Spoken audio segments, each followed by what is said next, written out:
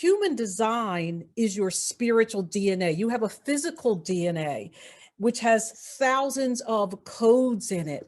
And those codes can be turned on or off.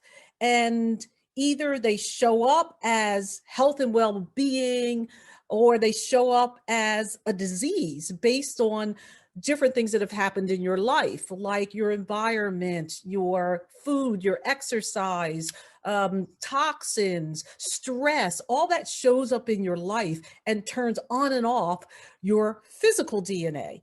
And so in medicine, especially personalized medicine, we say your genes are not your destiny. You can have the gene expression that looks like a major disease and then later on not have that disease. So for instance, a common gene that people know about is the BRCA gene for breast cancer. And a lot of people freak out when they have that. And sometimes women go and have double mastectomies. However, everybody that has that BRCA combination does not end up with breast cancer.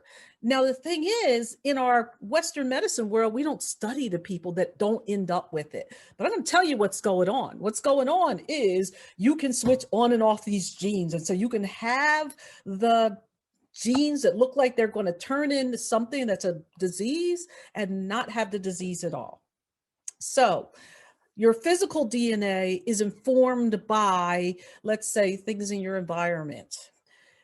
The same is with your spiritual DNA. So your human design is your spiritual DNA. It's inherited. You are born with it. And you say, oh my God, that means this is what I am.